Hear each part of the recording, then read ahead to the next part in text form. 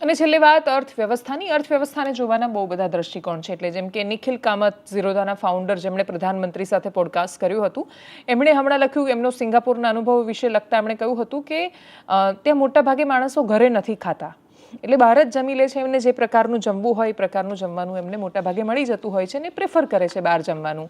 ભારતમાં પણ બદલાતી ઇકોનોમીને જોતા આ પ્રકારની રેસ્ટોરન્ટ કે ક્લાઉડ કિચનમાં કેટલો પોટેન્શિયલ છે એવું એ દર્શાવવા માંગતા હતા. એમનો ઉદ્દેશ્ય અર્થતંત્ર તરફ ચર્ચાને વેગ આપવાનો હતો. જો કે ચર્ચા ઘરે જમવું કે બહાર જમવું એના પર જતી રહી. એટલે જે ખૂબ જાણીતા સેલિબ્રિટી શેફ છે અને ડાયટિશિયન, ન્યુટ્રિશનના એક્સપર્ટ છે એવા રુજુતા દિવાકરે કહ્યું કે ભાઈ બહુ પૈસાવાળા છોકરાઓના રવાડે ન ચડતા, ઘરનું જમવાનું બેસ્ટ જમવાનું છે. ઘરનું જમવાનું એટલા માટે સરસ જમવાનું છે કેમ કે આપણી આંખોની સામે બને છે, આપણે જાતે બનાવીએ છીએ, આપણને ખબર છે આપણે કેવું બનાવ્યું છે, આપણને ખબર છે કે આપણે શું સાંજની ખીચડી સવારે વઘારીને ખાઈ રહ્યા છીએ, આપણને એ ખબર હોય છે કે આપણે કેવો લોટ વાપરી રહ્યા છીએ. ટૂંકમાં આપણને બધું ખબર હોય છે.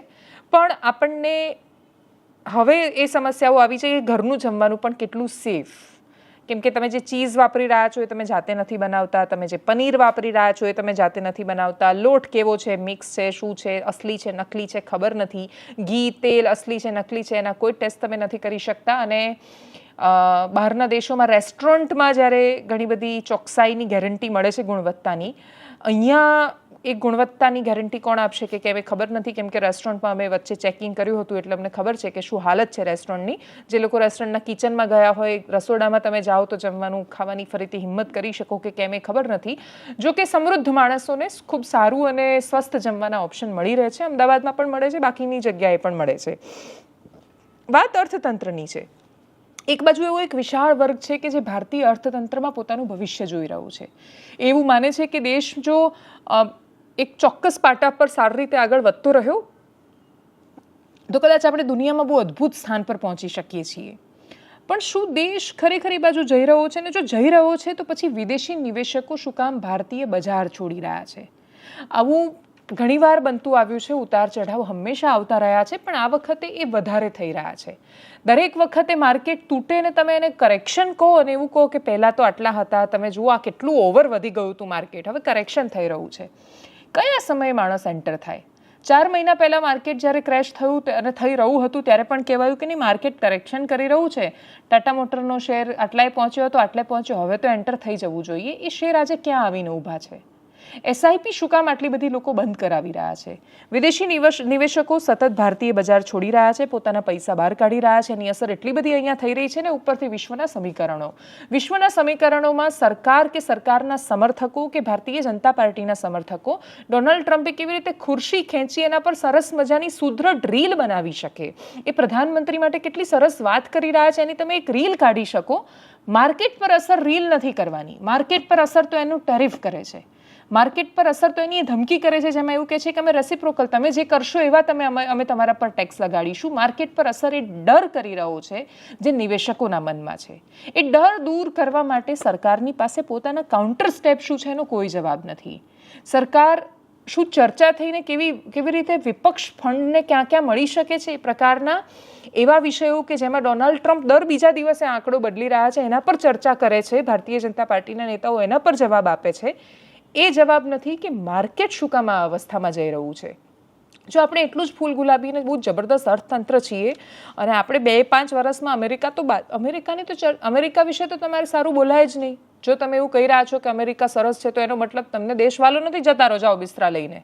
પહેલાં પાકિસ્તાન મોકલતા હતા, એટલીસ્ટ એટલો તો ફરક આવ્યો છે કે આપણે હવે કોઈને મોટા ભાગે ઓછા લોકોને એવું કહીએ છીએ કે પાકિસ્તાન જતા રહો. હવે આપણું સ્ટાન્ડર્ડ ઊંચું થયું છે. આપણે એવું કહીએ છીએ એક કામ કરો, બિસ્તરા પોટલા બાંધીને અમેરિકા જતા રહો જો એટલું જ બધું ગમતું હોય તો. એટલે એ એક બહુ જ સારી અવસ્થા છે કે 10 વર્ષ પહેલાં એટલીસ્ટ આપણે બધાને અમેરિકા નહોતા મોકલતા, પાકિસ્તાન કે બાંગ્લાદેશ સુધી જ આપણે સીમિત હતા. હવે એ બદલાયેલી પરિસ્થિતિમાં આંકડા શું કહી રહ્યા છે? જાન્યુઆરી મહિનામાં ફરી એકવાર એસઆઈપી બંધ થઈ રહી છે. SIP, mutual funds, subject to market risk એવું સાંભળ્યા પછી પણ ખૂબ નાના માણસો પોતાની નાની બચત એસઆઈપી તરફ કરતા થયા હતા. એસઆઈપીનો આંકડો ઓલ ઓવર જોઈએ તો અત્યારે પણ 26,400 કરોડની એસઆઈપી છે, જે ગયા વર્ષે 18,838 કરોડની હતી. મતલબ ઓલ ઓવર જોવા જઈએ તો ચિત્રમાં વધારો થયો છે, પરંતુ છતાંય 109% એસઆઈપી છે કે જે જાન્યુઆરીમાં બંધ થઈ. બંધ થવાનું કારણ શું છે? મ્યુચ્યુઅલ ફંડ્સના છેલ્લા 1 વર્ષના 2 વર્ષના રિઝલ્ટ તમે જુઓ તો એમાં કોઈ એટલું વળતર મળ્યું નથી. તમે એ રીતે એને જુઓ કે ભાઈ એ તો 7 વર્ષ માટે કે 5 વર્ષ માટે છે. એ માણસોનું શું જેમણે 2025માં હું જાન્યુઆરી મહિનામાં કાઢીશ એસઆઈપી એવું માનીને 2020માં શરૂ કરી હતી. એવું વર્ષ હતું કે જે કોરોનાનો સમય હતો, એમાંથી માંડ માણસો બહાર આવ્યા. 2021થી ઇન્વેસ્ટમેન્ટ કરવાનું શરૂ કર્યું હોય. 25 કે જ્યારે એમના પૈસા પાછા કાઢવાનો કે વળતર લેવાનો સમય આવ્યો હોય ત્યારે મ્યુચ્યુઅલ ફંડ્સે એમને શું રિટર્ન આપ્યું? ઓલમોસ્ટ લાલ છે. માર્કેટ કયા કારણસર આટલું સો કોલ્ડ કરેક્શન કરી રહ્યું છે એનું કોઈ જ એક્સપર્ટ્સ પાસે જવાબ નથી. જ્યારે બધાને સાંભળીએ છીએ ત્યારે દરેકની પાસે 10 કારણ હોય છે, પણ છેલ્લે એવું કહે છે કે ભાઈ ફ્યુચર ઇઝ બ્રાઇટ, ફ્યુચર બહુ સરસ છે, પણ એ માણસોનું શું છે, એનું ઇન્વેસ્ટમેન્ટ અત્યારે બહાર કાઢવાનો સમય આવ્યો છે. એનું વર્તમાન લાલ છે એ દર્શાવી રહ્યું છે. નિફ્ટી અને સેન્સેક્સમાં સતત એ લોકો પડી રહ્યા છે. આંકડા તો બતાવે છે કે એસઆઈપી બંધ થઈ રહી છે. 2.5 મિલિયન એસઆઈપીના અકાઉન્ટ્સ છે એ પણ બંધ થયા છે. ઓલ ઓવર ચિત્ર જોવા જઈએ તો હજી પણ ભારતીય બજાર પાસે એટલા માટે આશા છે કેમ કે જો તમે માત્ર સરકાર કે પક્ષ કે રાજનીતિને ધ્યાનમાં રાખીને માર્કેટમાં રોકાણ કરો છો, કોઈ એક નેતાએ કહી દીધું કે અમારા ફેવરમાં રિઝલ્ટ આવવાનું છે અને અમે 400 પાર જવાના છીએ અને એના આધાર પર રોકાણ કરીને અપેક્ષા રાખતા હોવ કે તમે લાખોપતિ કે કરોડપતિ થઈ જશો, તો માત્ર ભારતીય નહીં દુનિયાનું કોઈ શેર માર્કેટ એ રીતે નથી બનેલું હતું. શેર માર્કેટ કયા સેન્ટિમેન્ટ પર કામ કરે છે ખબર નથી પડતી. ડોનાલ્ડ ટ્રમ્પ આમ આડું કરીને આમ ભારત સામે જુએ તો અહીંયાના માર્કેટને કંઈક થાય છે અને પડી જાય છે. તો એટલી બધી વૈશ્વિક પરિસ્થિતિ જ અત્યારે એવી છે. આખી દુનિયાનું પોલિટિક્સ આ દિશામાં જઈ રહ્યું છે. પણ છતાંય ભારતીય શેર માર્કેટ પાસે આશા એટલા માટે વધારે છે કેમ કે ભારત બહુ જ મોટું બજાર છે. જો લોકોની પાસે થોડા પણ સ્પેન્ડ કરવાની એટલે કે ખર્ચવાની શક્તિ રહેશે તો ભારતના બજારમાં એટલી શિથિલતા નહીં આવે. નાનામાં નાના માણસો દિવસના 10 કે 15 કે 25 રૂપિયાની એસઆઈપી જ્યાં સુધી કરી રહ્યા છે, દિવસના પોતાના 50 રૂપિયા કે 100 રૂપિયા પણ જો એ માર્કેટમાં નાખી રહ્યા છે તો એ ભારતીય અર્થતંત્રને બહુ જ મોટી અને અલગ દિશા આપે છે.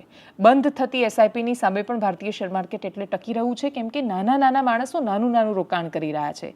તમે પેટીએમ વાપરો છો કે તમે કોઈ પણ યુપીઆઈ વાળી ગૂગલ પે કે ફોન પે વાપરો છો તો એમાંય તમને આવે છે start investing from 10 rupees today.